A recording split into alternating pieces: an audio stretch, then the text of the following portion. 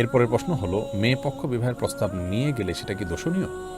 কোনো নারী নিজেই পুরুষকে বিবাহের প্রস্তাব দিলে সেটা জায়েজ আছে কি? খুবই গুরুত্বপূর্ণ দুটি প্রশ্ন। প্রথম প্রশ্নের উত্তর হলো যে, পাত্রপক্ষ যেরকম পাত্রীপক্ষকে বিবাহের প্রস্তাব দিতে পারে, তেমনিভাবে পাত্রীপক্ষ পাত্রপক্ষকে বিবাহের প্রস্তাব পেশ করতে পারেন। ইসলামী শরীয়তের দৃষ্টিকোণ থেকে এখানে দোষের কোনো কিছু নেই। আমাদের সমাজে অনেক সময় এটাকে দোষণীয় মনে করা হয়। আমাদের সমাজে মনে করা হয় যে পাত্রপক্ষ যদি প্রস্তাব দিবেন, পাত্রীপক্ষ প্রস্তাব দিলে সেটাকে দোষণীয় মনে করা হয়, সেটাকে মনে করা হয় অপমানকর।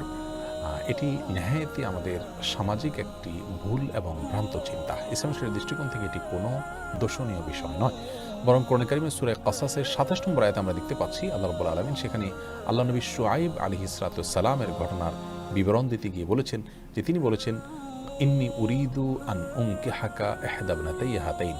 তিনি মূসা আলাইহিস সালামকে লক্ষ্য করে বলেছিলেন যে, আমি আমার দুই কন্যার কোনো এক কন্যাকে তোমার সঙ্গে বিবাহ দেওয়ার প্রস্তাব করছি। এখানে তিনি মেয়ের বাবা হয়ে বিবাহের প্রস্তাব করেছেন। এছাড়া ওমর রাদিয়াল্লাহু তাআলা তার মেয়ে হাফসা রাদিয়াল্লাহু তাআলাকে একবার বিবাহের প্রস্তাব করেছিলেন ওসমান রাদিয়াল্লাহু তাআলার কাছে। আর এরকম অনেক ঘটনা পাওয়া যায়। এখান থেকে বোঝা যায় যে মেয়ে পক্ষ বিবাহের প্রস্তাব নিয়ে যাওয়াতে দোষের কোনো কিছু নেই। ভালো পাত্র এবং ভালো পাত্রী এটি পাওয়ার জন্য বা এটি পাওয়া গেলে তখন প্রস্তাব নিয়ে যাওয়াটা বরং বাস্তবতা, এবং সেটাই বরং ইসলামের দৃষ্টিকোণ থেকে কাম্য। এখন কথা হলো, কোনো মেয়ে নিজে থেকে যদি কোনো পুরুষকে বিবাহের জন্য প্রস্তাব দেন, সেটি জায়েজ আছে কিনা? তো এটিও জায়েজ আছে, বিশেষ করে তিনি যদি প্রাপ্তবয়স্ক হয়ে থাকেন এবং শরীয়তের নির্দিষ্ট শর্ত যদি পূরণ হয়ে থাকে, তাহলে সেক্ষেত্রে তিনি অন্য কোনো পুরুষকে তার দিনদারিতা এবং তার অন্যান্য ভালো গুণগুলোতে আকৃষ্ট হয়ে তাকে বিবাহের প্রস্তাব পেশ করতে পারেন। নবী আলাইহিস সালামকে একাধিক নারী বিবাহের জন্য তারা প্রস্তাব পেশ করেছিলেন।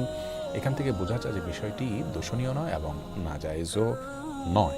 তবে এখানে বিবাহ শুধু জায়েজ আছে, কিন্তু বিবাহের নাম দিয়ে যদি আপনার তথাকথিত বিবাহ বহির্ভূত সম্পর্কের জন্য প্রস্তাব দেওয়া হয়, সেটা পাত্রপক্ষ দেখ কিংবা পাত্রীপক্ষ দেখ বা ছেলে দেখ বা মেয়ে দেখ, যেই দেখ, এটি সম্পূর্ণ গুনাহের কথা এবং হারাম বিষয়।